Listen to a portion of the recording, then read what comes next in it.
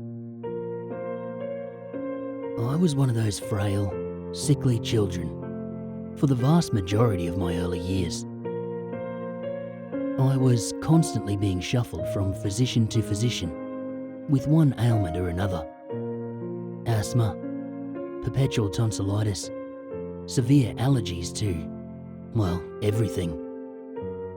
You name it, and I dealt with it at one point or another growing up.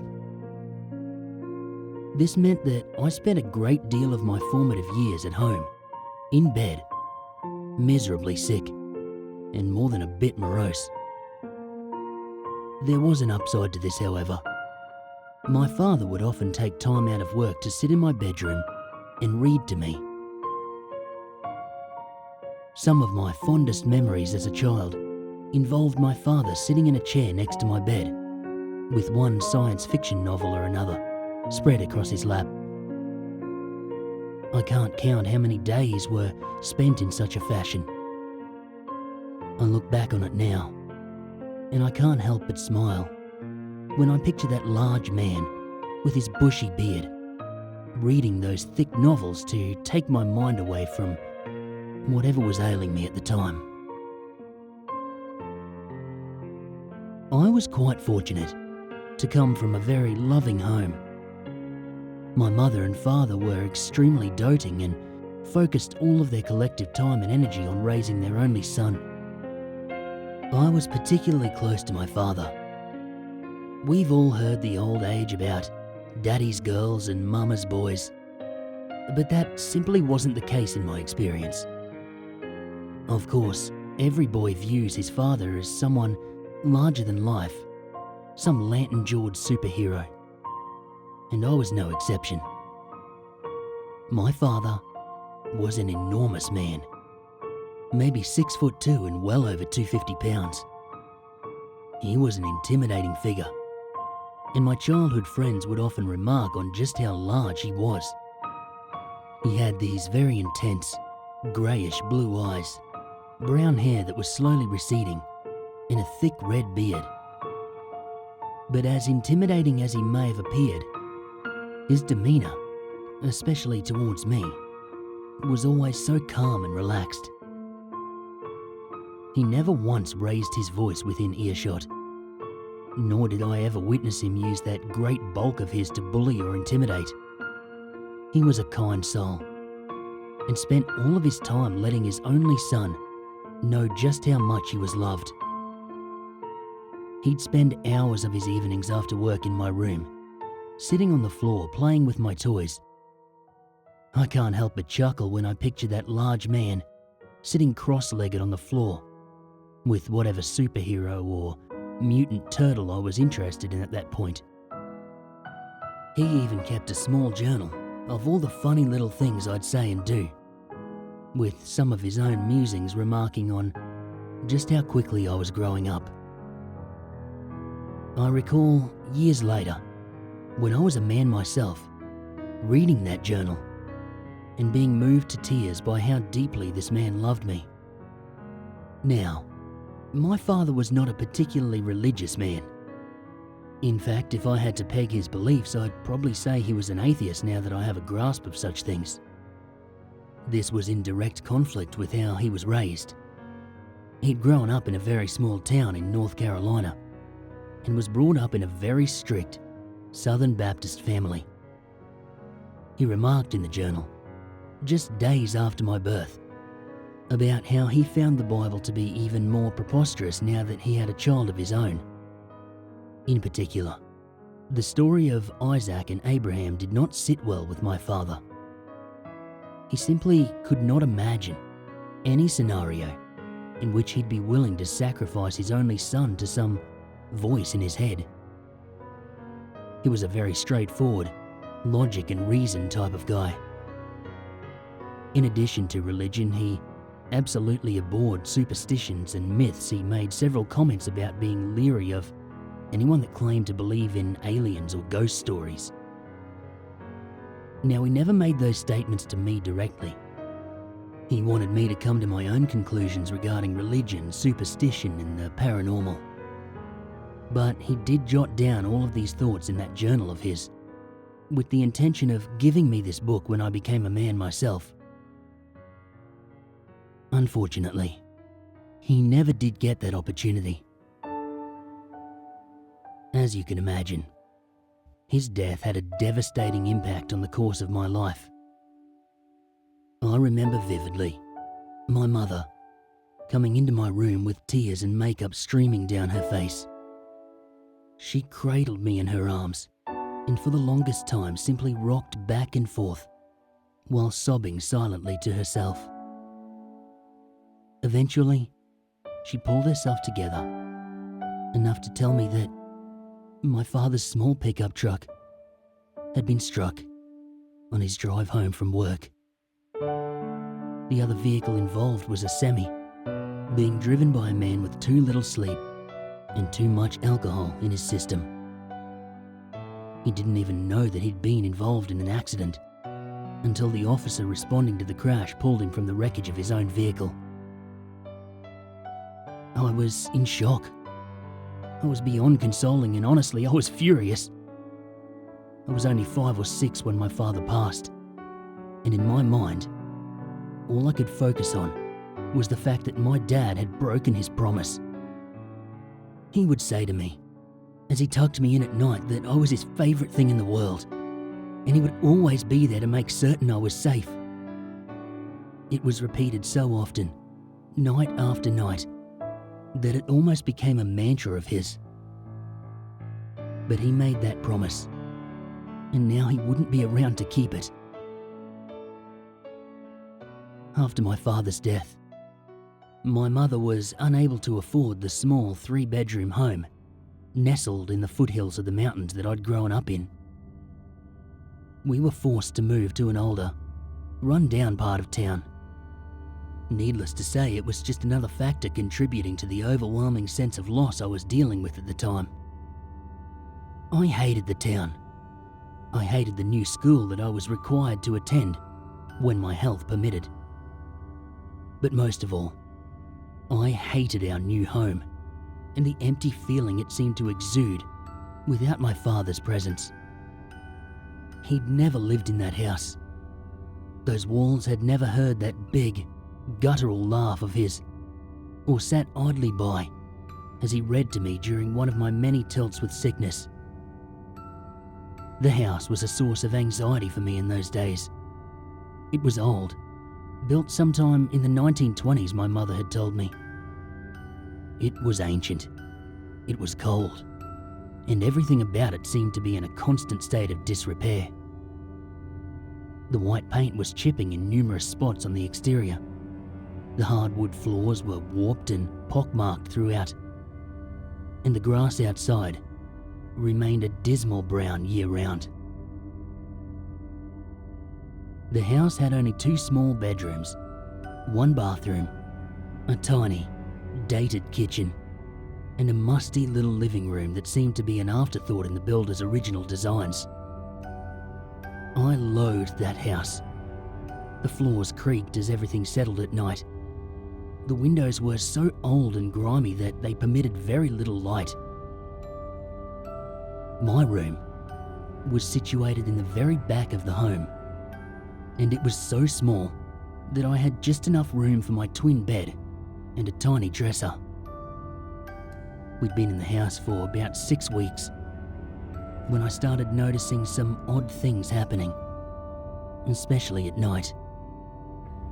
I would come home from school to find that my bed, which had been made that morning, was in complete disarray.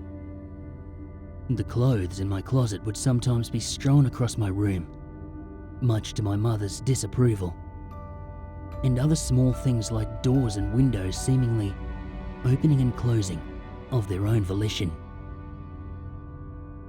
But the first truly unnerving occurrence that I can recall was just after my mum had tucked me in one night. I was staring at the ceiling, trying to decide if the water stain above my bed resembled a dog or something a bit more equestrian. I was beginning to nod off, catching myself closing my eyelids for a bit longer than was required to blink. My thoughts were slowly spiraling towards something that were closer to dreams when I heard a small scratching sound coming from the foot of my bed.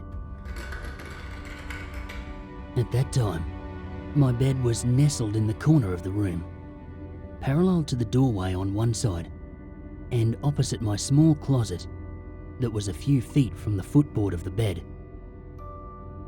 I dismissed the sound as just one of the many unexplained noises the house emitted at night, and I began drifting once more when I heard the noise again.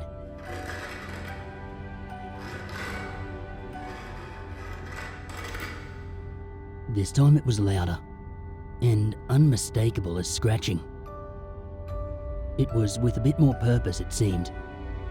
I held my breath, closed my eyes, and focused all of my attention on deciphering that sound. This time when it happened, it was definitely louder and seemed to have a rhythm to it that just couldn't be naturally occurring. It was almost like Morse code, like the scratching was meant to convey some kind of message. I got the feeling that it wasn't trying to say "ship in distress" or anything as mundane or typical as that. I can't explain why, but the sound began to make me very uneasy, as though it were malevolent in nature. The hair on the back of my neck began to rise without prompting, and I found myself pulling the cover closer and closer to my chin. It would stop sporadically and then begin again, with more fervour each time, and always that same rhythm: scratch, scratch, scratch, followed by a short pause, and then scratch, scratch. I was frozen, completely fixated on this noise, but unable to call out to my mother, whose bedroom was on the other side of the wall. My mouth was dry, and I was constantly moving my tongue around, swallowing to force something resembling moisture back into my mouth. Then suddenly, the scratching stopped, mid-sequence this time, and it was replaced by the rattling of the closet doors. The closet was that old accordion-style sliding type with the wooden slats. I was amazed that the sound hadn't prompted my mother to come in and see why I was out of bed. The rattling became more insistent, violent even, and that's when I rediscovered the ability to scream. I yelled at the capacity my little lungs would permit until my room was flooded with light, and I could make out my mother's silhouette in the doorway. "What's wrong, honey? What is it?" Concern evident in my mother's sleepy voice. I sat up in bed, never taking my eyes off those closet doors. "There's someone in there, Mum. In the closet." She blinked a few times to clear the remaining fuzziness that sleep offers from her eyes, and walked over to that closet. She flung the doors apart with a horrid screeching sound, and when it was clear that no boogeyman was immediately apparent, began shuffling the clothes hanging from the rod to show me there was no occupant. "See, sweetheart, there's no one in here. It was just a bad dream." She closed the doors again, crossed the hardwood floor, and arranged herself at the foot of my bed. "It's no surprise that you're having nightmares, son, considering all that's happened recently." She patted my leg, and then reached up to smooth my disheveled hair. "I promise you, there's no one in there," she said. I was finally able to peel my attention away from the closet and meet her eyes. "I know there was," I said. "There were some weird scratching noises, and then the doors started to shake." She stifled a yawn behind her fist, and then patted my cheek as she rose from the edge of my bed. "Just a dream, son. There's no one in there, and there's no one in the house but us. Now, please, try to get some sleep. You have to go to school tomorrow, and you don't want to be nodding off in class." She crossed the room and told me she loved me, before she turned my bedroom light back off. I heard her mattress spring sigh as she got back into her own bed, and I laid down again myself. I manoeuvred myself as close to the wall and headboard as I could manage, pulled the cover up to my nose, and shut my eyes with such force that they squeezed tears down my cheeks. I tried hard to control my breathing and focus everything my sense of hearing had to offer for that sound. My heart was pounding so loudly in my ears that I barely heard the first scratch when the noise came again. I stopped breathing altogether and waited for the next series of scratches to begin again. The minutes dragged by, but the sound did not come again. And at some point, I fell into a rather fitful stage of sleep that was accompanied by nightmares. Over the coming weeks, the sound would come and go. There didn't seem to be any pattern to it at all. There would be several nights in a row with absolutely nothing unusual occurring.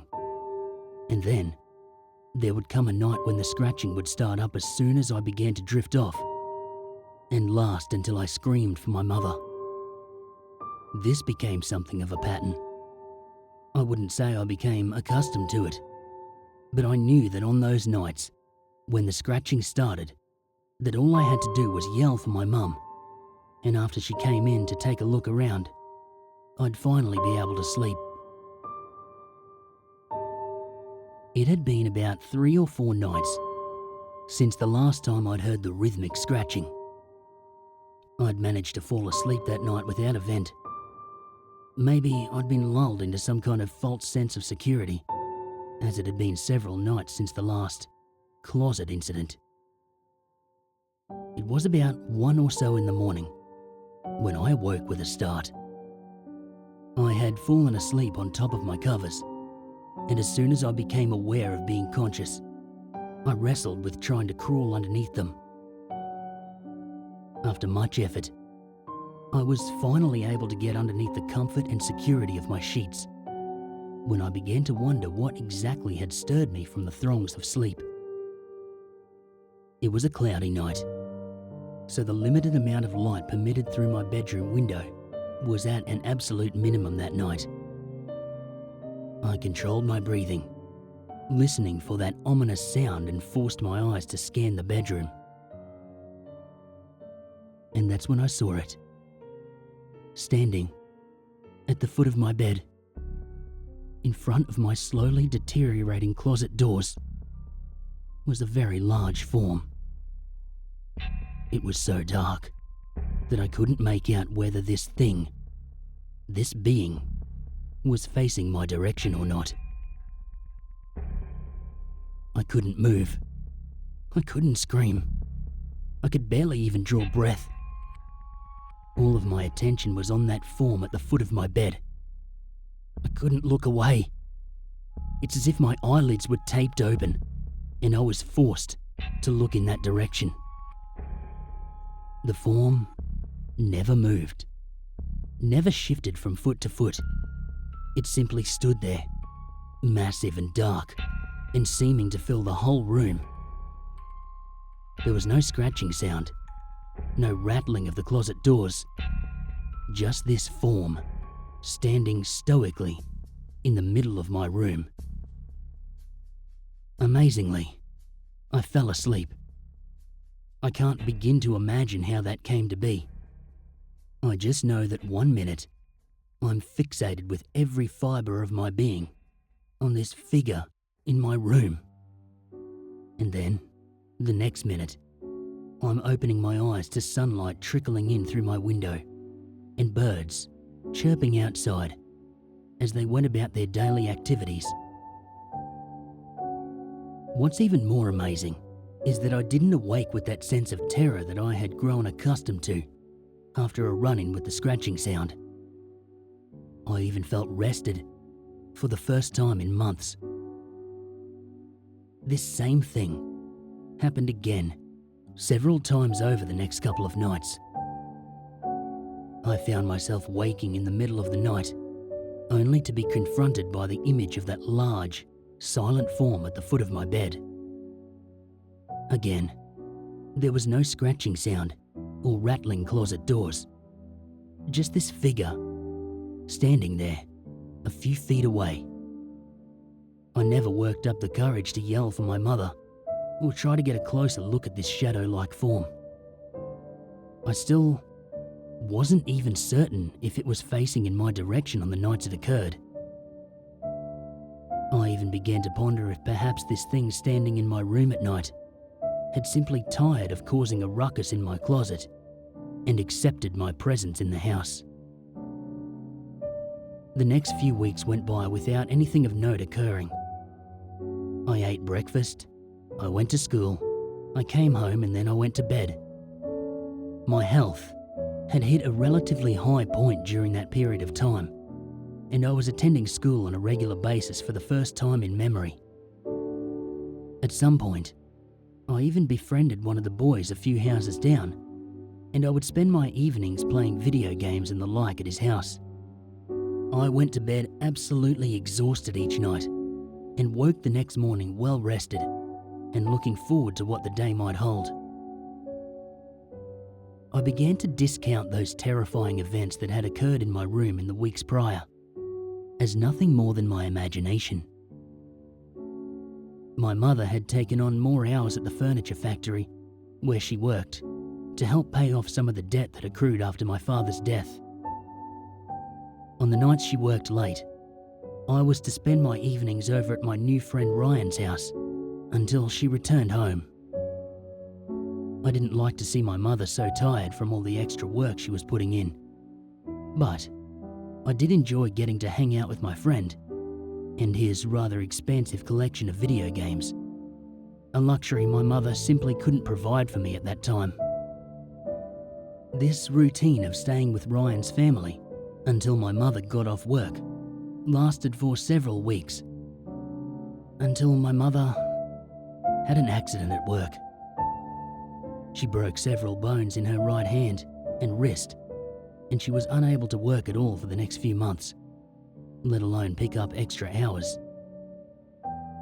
She was obviously dismayed, because just as it seemed our lives had begun to take on the normalcy that everyone expects, some unforeseen event once again caused that pattern to veer off course.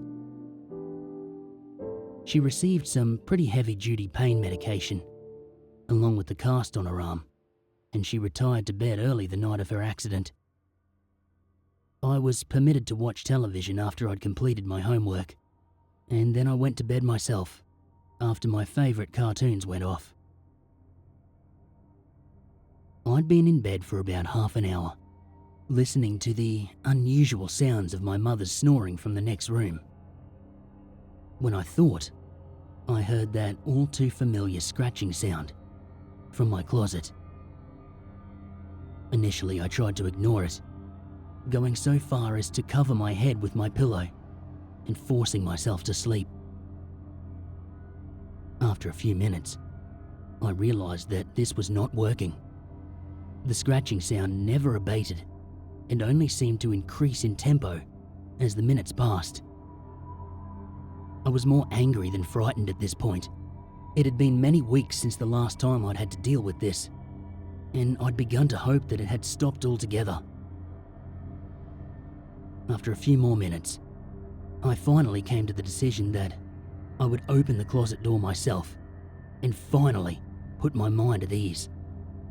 It had to be a rat or something. There had to be some explanation, and I was determined to find out. I pushed the cover towards the foot of my bed and began moving my feet towards the floor. As soon as my bare feet made contact with the cold hardwood, the scratching sound ceased altogether, and it was replaced with the violent shaking of the closet door. I let out an involuntary yelp, as it had been so long since I'd heard that sound, and I'd never seen it be so violent. The closet doors were rattling around with such force that I was afraid they would tear loose from their hinges. I lifted my feet back into bed and I worked up the courage to begin yelling for my mother. "Mum, Mum, please come here," I yelled, with as much volume as I could muster. No response. Not even the slightest break in her snoring. She was out cold. I yelled again, but to no avail. The moment I began yelling, the shaking of the closet doors had ceased, as they usually do in this situation. But my yelling wasn't followed by the sound of my mother's footsteps this time, and the doors began shaking once again. I didn't know what to do. I was far too scared to get up and make a mad dash for my mother's room. But my fearful screams seemed to have no effect. I began to sob. I'd reached a breaking point, and I couldn't help but pull my knees up to my chest and whimper. Suddenly, the doors quit their frantic dance. They just stopped shaking altogether. I managed to lift my face from the protection of my knees, and to my horror, I saw the closet doors begin to slide apart. No more scratching, no more rattling. I was finally going to come face to face with my tormentor. The doors finally opened all the way, and I could see now that my clothes and the darkness within were shifting. I could just make out a hand parting the clothes on the rack, and I felt bile rise in my stomach as I realised the skin on that hand was absolutely putrid, grey and mottled, and I now became aware of the most horrific stench I'd ever encountered. I wanted to spring from my bed and through my window, or pull the cover over my head and will this nightmare away. But I was completely transfixed, rooted in place. I couldn't budge a muscle. I could now make out a torso in the space that my clothes once occupied. It was covered in that same rotting flesh as the hand, of course. Next, and most terrifying, I could make out two pools of absolute darkness that constituted the eyes on this nightmare. They were sunk down, deep into the sockets of its face, and were completely void of any emotion that I could discern. Just two black pits of emptiness. This thing had finally emerged from behind my shirts and jackets hanging from my closet rack. It paused for a moment at the entrance to the closet and seemed to size up the room. It was tall and impossibly skinny, almost to the point of being emaciated. The fingers and toes ended in long, black, ragged nails. Nails that were almost talon-like. Bits and pieces of flesh were missing over various parts of the thing's body. I could clearly make out what appeared to be ribs in its torso, and the yellowing bone of one elbow. It had a few tufts of jet black hair protruding from its grotesque and bulbous head. Its mouth was wide and filled with small rows of teeth that came to points so sharp they looked like they'd been filed. Its nose was just two little slits with absolutely no protrusion that I could discern. It just stood in the doorway of my closet, smiling at me with those little sharp teeth and that unnaturally wide mouth. It stared at me as if it was trying to convey that it had all the time in the world and intended to drag out whatever horror was about to visit me. Suddenly, the creature jerked its head to the side and seemed to sniff the air with that horrible little nose.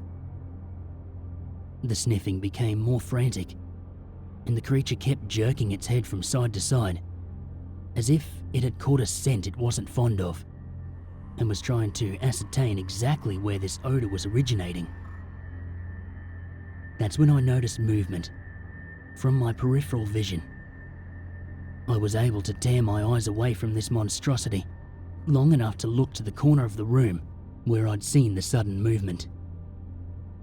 And there, standing just feet away from me, was that large, dark, ominous form.